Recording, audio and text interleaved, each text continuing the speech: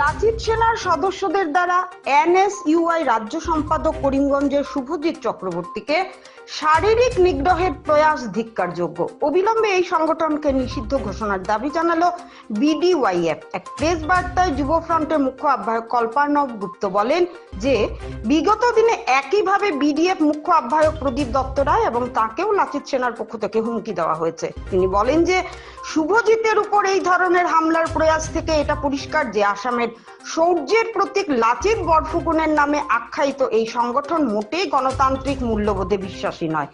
কল্পার্ণব এদিন বলেন যে এই ধরনের বেআইনি পদক্ষেপের জন্য অবিলম্বে যারা এই ধরনের ভিন্ন কাজের উদ্যোগ নিয়েছিলেন প্রশাসনের পক্ষ থেকে প্রত্যেককে গ্রেপ্তার করা হবে এবং এই অগণতান্ত্রিক কুখ্যাত সংগঠনকে নিষিদ্ধ ঘোষণা করতে হবে। একই সাথে বরাকের কেউ যাতে গুয়াহাটিতে গিয়ে এই ধরনের হেনস্থার শিকার না হন তার সম্পূর্ণ দায়িত্ব নিতে হবে সরকারকে। তিনি বলেন অন্যথায় এ নিয়ে বরাক জুড়ে তীব্র প্রতিক্রিয়া এবং প্রতিবাদ গড়ে তুলতে বাধ্য হবেন তারা। আসাম এনএসইউআই রাজ্য সম্পাদক তথা করিমগঞ্জের ছেলে শুভজিৎ চক্রবর্তী গিয়েছিলেন দিশপুর গত 16 জুলাই। কংগ্রেস দলের যে সমাবেশ হয়েছিল, মাননীয় নেতা রাহুল গান্ধী এসেছিলেন সেই সমাবেশে অংশগ্রহণ করতে, এবং তিনি সেখানে বরাক রেসিডেন্সি হোটেলে ছিলেন। সেই হোটেলে লাচিত সেনার কর্মীরা গিয়ে তল্লাশি চালায়। তিনি যখন হোটেলে ছিলেন না তখন ধারালো অস্ত্র নিয়ে তারা হোটেলে গিয়ে খোঁজ করে, ম্যানেজারকে জিজ্ঞাসা করে, তল্লাশি করে এবং বলে যে শুভজিৎ যদি ফিরে আসে তাহলে লাচিত সেনাকে যেন অবশ্যই খবর দেওয়া হয়, তারা দেখে নেবে। অর্থাৎ শারীরিক নিগ্রহ করবে, হেনস্থা করবে এবং হয়তো প্রাণ নাশও করতে পারে। বিগত দিনে পুজোর সময় উগ্র অসমিয়া জাতীয়তাবাদী লাচিত সেনা ব্যানার, বাংলা ব্যানার ছিঁড়ে ফেলে সমগ্র আসামে তার প্রতিবাদ হয়। শুভজিৎ প্রতিবাদ করেছিলেন।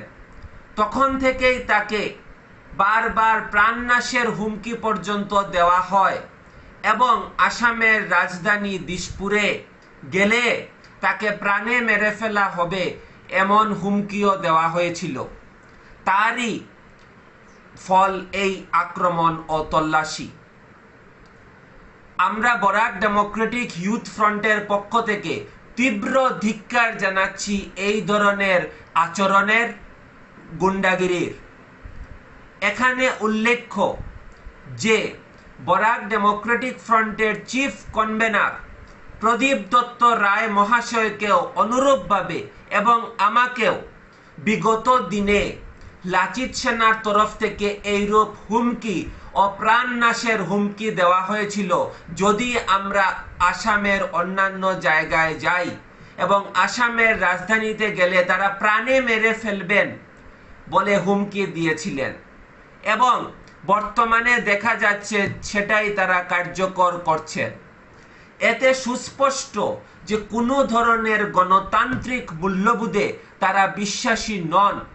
তারা সমস্ত আসামে যে চাঁদাবাজি, হুমকি, ধমকি এবং ত্রাসের পরিবেশ সৃষ্টি করেছেন তার গণতান্ত্রিকভাবে প্রতিবাদও করা যাবে না।